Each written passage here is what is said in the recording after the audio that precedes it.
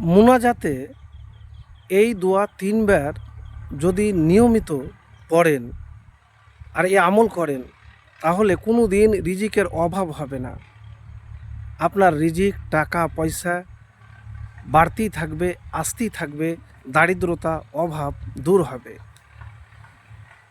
প্রিয় ভাইরা আমার, যখন আপনি মুনাজাত করবেন, ওই মুনাজাতে সর্বপ্রথম আল্লাহর প্রশংসা করবেন, তারপরে দুরূদ শরীফ পাঠ করবেন। কোন দুরূদ শরীফ? যে দুরূদ শরীফ নামাজের মধ্যে পড়েন। আল্লাহুম্মা সাল্লি আলা মুহাম্মাদিন ওয়া আলা আলি মুহাম্মাদ কামা সাল্লাইতা আলা ইব্রাহিমা ওয়া আলা আলি ইব্রাহিমা ইন্নাকা হামিদুম মাজিদ। আল্লাহুম্মা বারিক আলা মুহাম্মাদিন ওয়া আলা আলি মুহাম্মাদ কামা বারাকতা আলা ইব্রাহিমা ওয়া আলা আলি ইব্রাহিমা ইন্নাকা হামিদুম মাজিদ। তারপরে ইসমে আজম পড়বেন। আল্লাহুম্মা ইন্নী আসআলুকা বিআন্নী আশহাদু আন্নাকা আনতাল্লাহু লা ইলাহা ইল্লা আনতাল আহাদুস সামাদুল্লাযী লাম ইয়ালিদ ওয়া লাম ইউলাদ ওয়া লাম ইয়াকুল লাহু কুফুওয়ান আহাদ।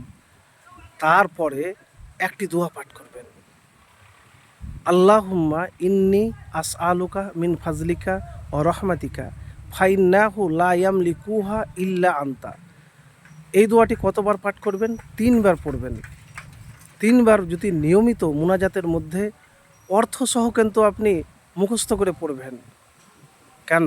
অর্থসহ যদি আপনি না বলেন, তাহলে তো আপনি বুঝতে পারলেন না যে কি বললেন। তো অতএব যখনই আপনি দোয়া করবেন, যে কোনো দোয়া বলবেন, অর্থটা আগে জেনে নেবেন।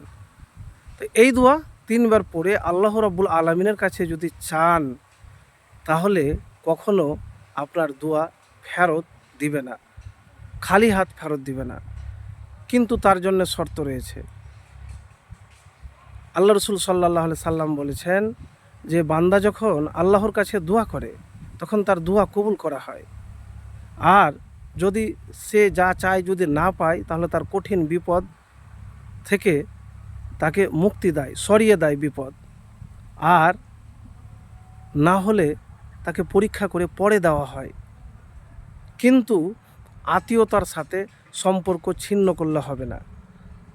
তো প্রিয় ভাই আমার, সহজ আপনাদেরকে আমল বললাম। মুনাজাতে হাত উঠিয়ে যখন মুনাজাত করবেন, সর্বপ্রথম আল্লাহর প্রশংসা করবেন, ইসমে আজম পড়বেন, আর এই দোয়াটি পড়বেন, আল্লাহুম্মা ইন্নী আসআলুকা মিন ফাজলিকা ওয়া রাহমাতিকা ফাইন্নাহু লা ইয়ামলিকুহা ইল্লা আনতা। ৩ বার পড়বেন। দিয়ে আল্লাহর কাছে আপনি চাইবেন।